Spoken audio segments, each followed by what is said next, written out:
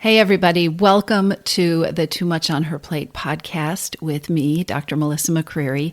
This is the place to be if you are ready to ditch the diets and find your own true way to creating freedom from overeating and emotional eating without more overwhelm and without more stress. Whether you are new to the podcast or a longtime listener, I made something for you. For a while now, I have been getting questions and comments from listeners saying, I love the podcast and I would really like a guide to how to digest past episodes. Where do I start? What would be most helpful? And so I've created a roadmap for you. The Freedom from Overeating Roadmap for Smart Busy Women is a guide to must-listen podcast episodes. It's your roadmap for how to get started or podcast episodes that you might want to revisit because they are super helpful for understanding the approach that I take in the podcast. And in addition to this free user guide, I have also included resources for beginning to address the reasons that you overeat. That eternal question that your brain wants to ask, okay, this is all very interesting, but what do I do?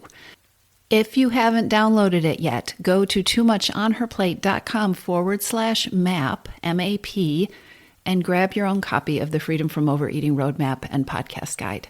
Hit pause, do that first, and then let's dive into this week's episode. Hey, everybody. Welcome back to the podcast.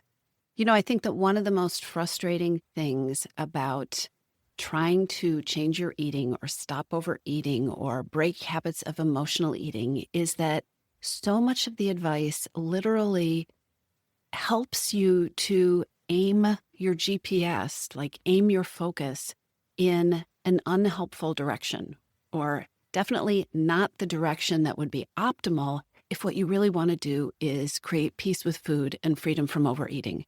Sometimes we think we're doing everything right. Tell me if you can relate to this. You think you're doing everything right. You work really hard and you're not getting the results you want, and you want to scream with frustration. You're working really hard and what you're trying to do just doesn't stick. Or it just doesn't work. So much of the time, it is because you've picked the wrong habit to nurture or to focus on. And what goes along with that is that so much of the time in focusing on certain habits that you are trying to change or nurture, or so much of the time you're trying to stop, you end up ignoring the habits that are actually the foundation for creating lasting success with ending overeating. I thought it would be useful to give an example from somebody that I worked with.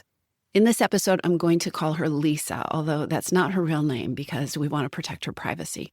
So Lisa, as many women do, came to work with me with this energy behind wanting to change. And it's like this energy of, I want it done yesterday. And she was so vehement when she was describing her eating habits to me and what needed to be fixed, right? And what needed to be changed. She had been around the hamster wheel more than a few times, and she knew exactly the way of eating that she wanted to land on. She felt really certain about the pattern of eating that worked best for her when she could stick to it. And the problem was she couldn't stick to it. She described to me in such clear detail how she likes to focus on eating fresh vegetables and high quality protein, and how she doesn't believe in snacking. And she was able to describe the way she preps her food on the weekend and how she keeps her refrigerator stocked with just the right food.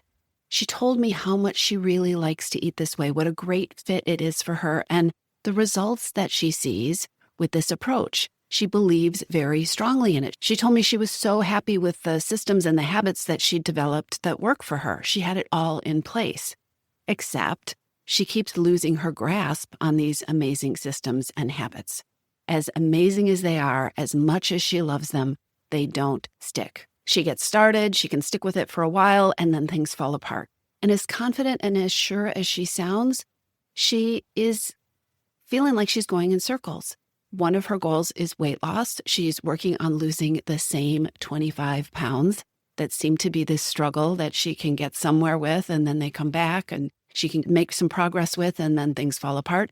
She's frustrated. It feels like she's working so hard with this very clear picture of what she wants to do, and she's never getting to her goal. Lisa had taken all of her strengths and her abilities, and she'd put together a very solid set of habits around food but staying on the path with food that she had chosen just wasn't happening. Here's why I'm sharing this with you. I'm sharing this with you because A, you can probably relate. You very well may have been in the same position as Lisa, or maybe you are now. And because as Lisa and I started to work together, what became very clear is that she was caught in this trap that I see so many smart, ambitious women get stuck in with overeating and emotional eating. She was focusing way too much energy on the wrong habits. They're perfectly good habits, but they were not the habits that were going to get her where she wanted to go. She was focusing too much energy on those habits, and in doing so, was missing the source of her real power to create freedom from overeating, to create lasting, effective change that was going to stick for her. I hope you heard that phrase, the source of her power. Part of creating freedom from overeating and emotional eating means taking your power back in your relationship with food, taking your power back from habits that aren't serving you.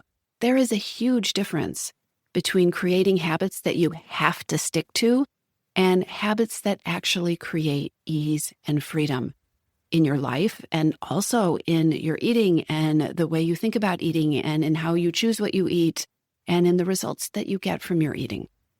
When Lisa and I started looking at things and where this solid plan and these habits were breaking down in her attempts to implement them, we found something that I see pretty commonly. Lisa often had two habits or two desires that were bumping up against each other, that were fighting each other. She wanted to do something and she didn't want to do something at the same time. One was this healthy, in quotes, habit, right? That she tells herself that she needs to do, this healthy habit that would be so good for her.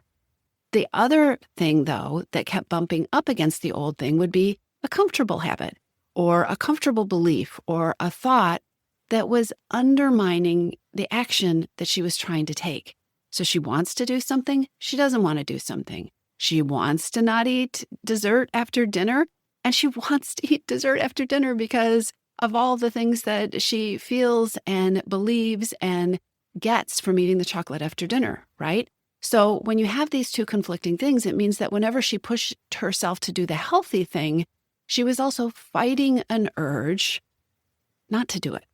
Whenever she pushed herself to do the healthy thing, she was fighting an urge that maybe she was missing out, or she was depriving herself, or she was making a hard choice. On top of that, Lisa was doing what so many people do when we jump into a new plan, right? We're going to take action. And so she was putting all her energy into these new habits. I'm going to put all my energy into healthy eating habits. And again, because she was putting so much focus on that, she was ignoring the old patterns, the old ways of doing things, and trying to power through them, hoping they would just not show up or hoping that she could be strong enough to not act on them, instead of trying to understand them or to interact with those old patterns or shift them in a way that would help her get what she really needed. Let me give you some actual examples of things that we uncovered in our work together. I'm going to share with you the healthy habit that Lisa thought that she had or that she wanted to have, and then the other overeating habit or thought or belief or behavior that was operating in the background unless she could be super disciplined and focused and push it away or ignore it or overcome it. So one healthy habit that Lisa had sometimes and wanted to build was this idea that I eat when I'm hungry and I stop when I'm full. And she had these old thoughts and beliefs, some of them from childhood. I clean my plate. If I'm eating out, the restaurant gets to choose the portion, and I eat whatever they bring me. She had the belief that it feels great to eat everything, even though she also knew it didn't. When she ate everything, when she finished everything on her plate, when she ate beyond being full, she often felt miserable. Right? Just like we all do when we're overstuffed. She slept poorly. She felt bloated the next day. But her mind kept saying, it's a treat to be able to eat everything. It feels great to be able to eat everything. And another thought, it's a sacrifice if I leave food on my plate. If I do that, I'm going to miss out. I should get to finish everything. So I eat when I'm hungry and I stop when I'm full. It sounds so simple. But if all this other stuff is operating in the background, all these other thoughts and beliefs and feelings are going on, and your only response to them is to try to push them down and be strong enough to ignore them, do you see that inner battle that gets set up? Another healthy habit that Lisa was working to nurture came from this certainty that she felt energized and more alive and more refreshed when she ate fresh vegetables and got enough protein and water every day. This is something that Lisa was pretty certain about. And she had these other thoughts and beliefs like, I get to treat myself when I've earned it by not following the rules. Not following the rules is a treat. Sometimes I get to eat whatever I want without really looking at what want was, right? I get to eat whatever I want, and that means all the things. And there was another thought in the background, which was what I really want.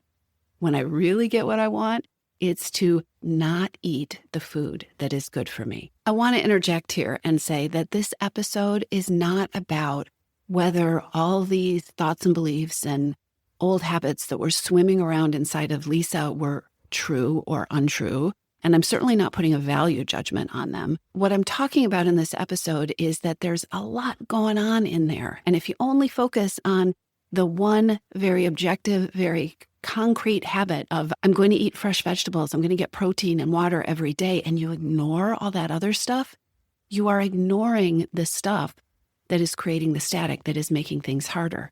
Also, this story that what I really want is to not eat what is good for me, and when I'm really treating myself, I get to not follow my own rules. These are stories that become obstacles for so many women. Lisa had this story that when we talked about it, she says, absolutely not true. But the story that she was feeding herself was that life is better when she gets to eat whatever, whenever, and how much ever there is. It was an untrue story, but it was something that she was reinforcing all the time in her brain without even realizing it. And it actually boiled down to the belief that freedom equaled overeating. Again, this is not about putting a value judgment on your thoughts and stories. This is about the importance of paying attention to them, because in part, when you pay attention to them, you can start to be curious about them. You can start to examine them. And here's where that got interesting for Lisa, because it was very clear to Lisa that overeating didn't feel like freedom. When she stopped and said, wow, I am telling myself that, aren't I? Overeating felt like a trap to her.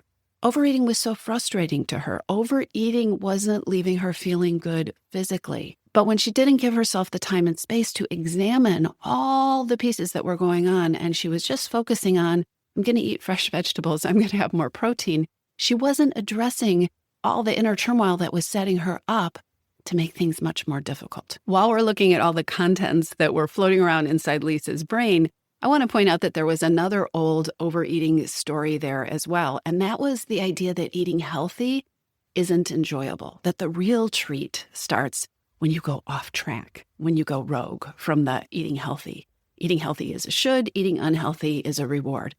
What is interesting for so many women I work with, and it was true for Lisa, is that, again, that wasn't true. It wasn't just that she loved how she felt when she ate the way that she had decided was the best for her. It wasn't that she just got good results if she ate vegetables and proteins and drank enough water. Lisa was and is somebody who actually loves eating big, flavorful, colorful, fresh foods. She likes vegetables. She likes cooking. She likes making these amazing salads that were not just, a wedge of iceberg lettuce with no dressing, right? She likes flavor. She loves the energy that she has when she eats that way. And she actually feels a sense of freedom when she's in the groove with her healthy eating plan and not feeling like she's constantly thinking about food or feeling frustrated with her choices. However, we had to take things apart so that we could actually get her to that place in her life, because remember, what was going on is she had a part of herself saying, must eat fresh vegetables, must eat protein, must drink water. And this other part that was fighting it saying, you're taking away the best things in life. When you make changing your habits a project of focusing on building only healthy nutritional habits, focusing on eating healthy food, and you don't examine all the other pieces that are going on, you don't examine the kind of habits that are going to allow you to create freedom and peace and enjoyment, in all that you're doing, it is not going to be as easy as it could be. And it may be so hard that you don't get the results that you want at all. Things certainly weren't as easy as they could be for Lisa. So in working together, we found these habits and these thoughts and these beliefs that were bumping up against each other and creating this cognitive dissonance. And we discovered habits that were not being focused on at all. And this was also making things a lot harder for Lisa. So her plan, when you really got her talking, was actually to use food only as fuel. And I hear this a lot from women who are so tired of being stuck in these cycles. And you might say it yourself. You may say, I am so tired of thinking about food all the time. I just don't want to think about food. Well, Lisa was saying that too, but the problem is it's not actually true. Lisa really loves tasty food. I was just telling you, she loves to make flavorful food. She loves to play with food. She loves to cook. Her habit that she was trying to build and the way she was trying to create a habit of thinking about food didn't take into account the flavor, the texture, the enjoyment that she wants, the sensory pleasure that she wants to get from food that is a part of who she is and what she needs her relationship with food to be. If she didn't take these things into consideration, even if she got as close to perfect as you could with eating her healthy menu, she was going to always feel deprived. Another example of things that were missing in what she was focusing on in trying to create this winning relationship with food was life challenges. When we looked at the times that were the most difficult for Lisa when it came to her eating, there was a clear pattern. She got off track when she was on vacation or when she was extra busy at work. And it probably won't surprise you, given what I just told you about the stories and the beliefs that she had about being good with her eating and the cognitive dissonance about what she really deserved and what was a treat. What she tended to do when she was on vacation or when she got extra busy was she would just tell herself, okay, those are free days. Those are days that my habits aren't going to work. So it's just, that's the day I get to treat myself. Those are reward days. Those are cheat days. Even though traveling and getting busy with work were fairly regular parts of her schedule, her idea of her healthy relationship with food didn't include those. It was like, I have my normal life, and then I have my vacation and my busy times, and those times will just be free for all because it's kind of all or nothing. They don't fit into my plan. I am guessing that you are somewhat like Lisa in that the chaotic times, the busy times, the stressful times, the unexpected times, you may not like them, but they are also a routine part of your life. What you want your relationship to do is fit not just the perfect times or the regimented times or the very predictable times. You want a relationship with food in a way of eating that flows and moves and fits the routine, unroutine parts of your life as well. So Lisa needed a plan for eating on vacation. She needed a plan for eating when she traveled. She needed a way of eating that worked when she was extra busy at work. There's at least one more thing I want to make sure to cover here. And that is that when Lisa and I talked about the patterns of her overeating, one of the things that stuck out, which again is not unusual at all, is that she tended to overeat in the evening, especially after she'd had a really long or stressful day. And when I asked her about the eating in the evening and at night and at the end of the workday, and I asked her, what's the habit that you wish you had instead? What she said was, I just want the habit of not doing it. You all, not doing something is not a habit. When you are looking at what to focus on to create effective change, focusing on not doing something is not focusing on creating that change. Having a replacement habit, a habit that you want to put in place instead of the thing that you are trying to get rid of, that is almost always a key piece of success. Lisa had been doing what most busy women do. She'd been trying to stop her very entrenched patterns of overeating by focusing on what to eat and how much to eat and when to eat it.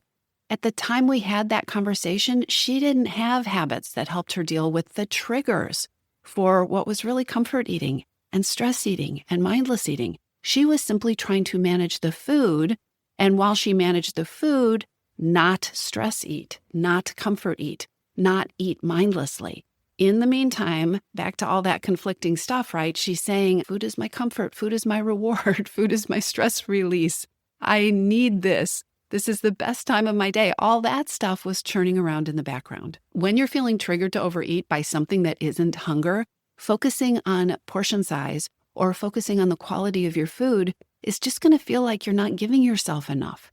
When you develop new habits and new ways of dealing with your feelings and your beliefs that target the trigger directly, the craving and the hunger decreases or goes away.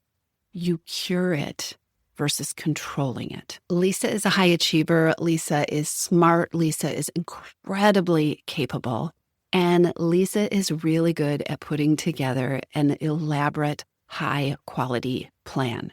And so she had this plan of these habits that she was going to follow, and she couldn't figure out why she couldn't keep following them. Creating a set of habits that feel difficult to maintain or that aren't maintainable if life isn't perfect is not the long-term solution to overeating. What works is building habits that fit you and that work so well that they become habit forming, that there is incentive to keep doing them, that it is easy enough for you to continue to be consistent. Habits become habit forming when they work for you, which is very different from you needing to control and stress out over a set of habits that you need to maintain. This might sound like a no-brainer, but when it comes to changing your eating, so many smart women are trying to create or stick to a set of habits that basically just feel like more hard work. So they're focusing on the hard work habits, and they don't have enough habits that make food and overeating less powerful or less of a focus or a force in their life. Lisa had plenty of items on her healthy eating to-do list. And what she really needed were habits that worked for her, that addressed the reasons that she was overeating, that addressed her triggers. Lisa needed habits that would help catch herself when she's falling into old ways of thinking or old behaviors, that would help her get back on track when she didn't get it perfect, because guess what? She's not going to. She needed new habits for taking care of herself when she was tired and discouraged that didn't involve collapsing into her chair at the end of the day with a bowl of ice cream. She needed habits that would help her avoid the old ways of thinking that sabotaged her, like it had to be perfect, like vacations didn't fit into her plans and so those were free days. She needed habits that fit her for ordering in restaurants, that worked when she's busy or when she's traveling in the airports or dealing with jet lag. She needed habits that actually helped her with triggers like stress and boredom and difficult emotions, and that did the job better. Here's the key thing. She needed habits, and this takes practice, and this takes trial and error, but she needed new ways of approaching things that actually did a better job than her old overeating habit. So, new ways of dealing with stressful situations, busy times at work, boredom, difficult emotions, that actually worked better than the bowl of chips. Lisa was a rock star at coming up with a list of great habits around eating and food. But basically what she was missing was habits that make her life easier, that take care of her better, that address her feelings and her needs, and make overeating less interesting, less desirable, and ultimately less of a powerful force in her life. Habits that are going to take you to the finish line in creating freedom from overeating almost always, I was going to say often, but really almost always don't involve food. They address the reason that you overeat. They address the reasons that you want to eat. They address the reasons that you are thinking about food all the time, if that's what's going on. And it's important to remember that habits become habit forming through trial and error and discovering how to fit that habit to you instead of working really hard to adopt a habit that doesn't really fit. And instead of ignoring the reasons that that food habit that you're trying to put in place keeps not working or slipping out of your grasp. Habits become your habits over time with practice and with gentle reminders and with you continuing to return to them. And sometimes that takes support. Lisa knew a lot about eating. Lisa knew a lot probably about what was the right way of eating for her. Lisa had gathered a ton of information and she was very smart about it. But here's the thing, and I think it's a great place to end this episode. Focusing on food alone doesn't break habits with overeating. I'll talk to you soon. If you're ready to lose your overeating and emotional eating habits, and you are ready to step into a relationship with food that fits you, one that doesn't rely on willpower and deprivation, then now is the time to join your missing piece. Enrollment is open, and this is the perfect time to join me. Go to toomuchonherplate.com/freedom, or just click on the link in the show notes. Your Missing Piece is the program where I show you step-by-step how to create freedom from overeating with a unique combination of psychologist-designed, personalized work with me, coaching, and smart strategy. You'll learn how to reclaim your power, ditch the diets, and create results that are built to last. Check it all out at toomuchonherplate.com/freedom, and I'll see you inside.